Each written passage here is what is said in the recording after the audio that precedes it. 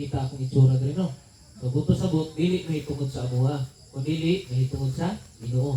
So dili man pud ni mao ang tinuod nga itsura ni Hesus, pero giwi sa dula kini diha gikan sa kasaysayan nga kamatuoran gikan sa Biblia.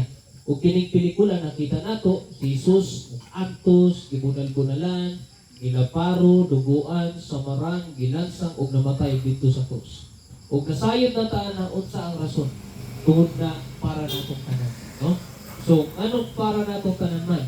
Kay tungod si Jesus walay sala, pero ikaw ko makasasala. Muna nga to ang difference o di kaya kalahian diya sa Ginoo. Pero aduna say gusto nga may tabo ka nato. Kay tungod ikaw ko makasasala kang tanan, bisan unsa pay pangalan sa atong simbahan, kitang tanang tao sa kalibutan makasasala man, o kining sala magdala ka nato padulong sa impyerno. Tama o mali?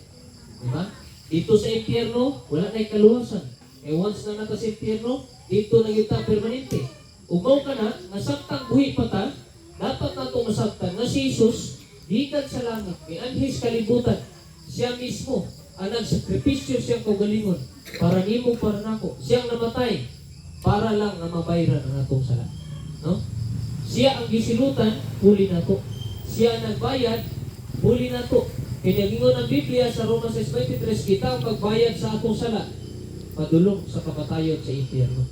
Pero si Jesus, siya ang nagpuli aron ikaw ko dili na magbayad dito. Kung ikaw ko, musalig ta kang Jesus.